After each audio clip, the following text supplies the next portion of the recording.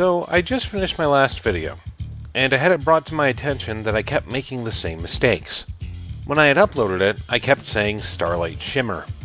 I had corrected myself several times throughout the video and thought I had caught all of it during editing. I had slipped up, and for that I do apologize.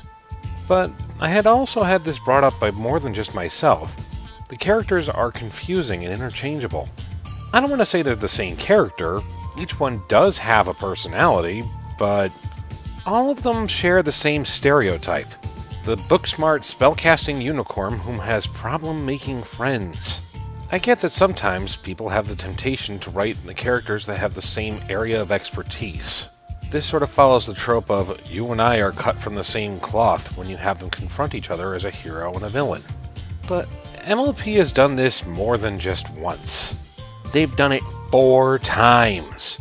Twilight Sparkle, meet Sunset Shimmer, Starlight Glimmer, Moon Dancer, and for those who like that Rule 63, Sunburst. Now, they are all technically different characters in their own right, but they all share frustratingly similar characteristics to one another.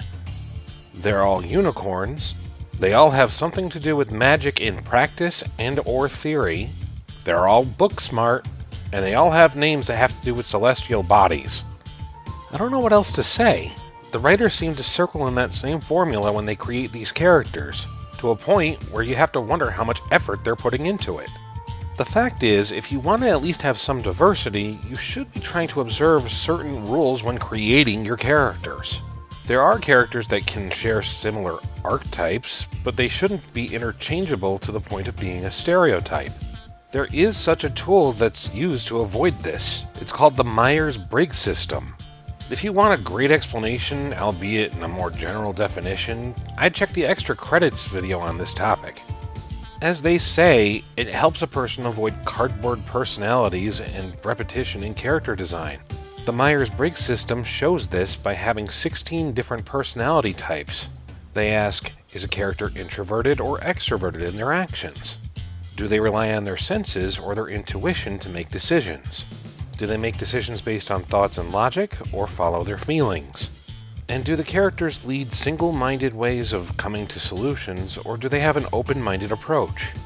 By following this model, a person constructs multiple personality baselines to work from. This kind of tool should only be used as a broad baseline, though, to start defining their characters. It does not, however, have to dictate their hobbies, their interests, their talents, or anything in the long run. One person's personality might show where they may drift towards, but it doesn't mean that their personality has to be defined that way. Getting back to the characters in MLP, though, we look at all the ones that I had mentioned before, and they end up being within one deviation of each other. They aren't all exactly the same, but they can easily fit into one or two of these personality branches. If you're going to do that, why not at least give them different names, or hobbies, or do all of them have to be bookwormish unicorns? I think the main fault is that they might be finding an outlet for a person to identify with when they watch the show. Though the original cast is much more varied. Now, when you create a new character for a show, I get maybe after a good 6 seasons, you might trip over yourself and come up with some similar personality types. But the main problem isn't just in similar character types. Their naming convention, the hobbies that they have, the interests, and their approach to having introverted behavior. This just leads to all of these characters seeming to fit stereotypes. At least until you flesh them out to some degree. And when you look at the series, not all of them are that well defined. Sunset Shimmer is an ex-evil unicorn talented in magic whom is looking to learn the values of friendship. Starlight Glimmer is an ex-evil unicorn who is talented in magic looking to learn the values of friendship.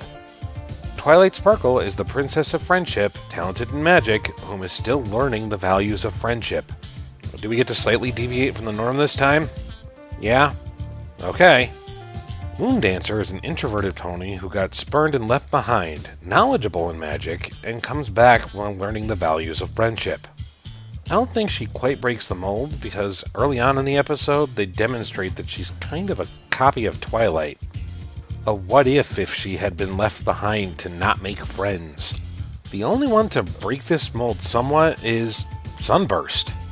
Sunburst is a pony who lives by himself but does not excel at magic. He is learned in theories and history of magic, but he can't cast that well. He isn't really learning the values of friendship so much as that he learns to be himself and not lie about his expertise. Through that, he gains a new title and even helps as the new Crystaller, or what I like to call is the Royal Alicorn Nanny. And even though he's still a unicorn involved with magic and books, he breaks the mold by having more of a varied backstory that contrasts to Starlight Glimmer.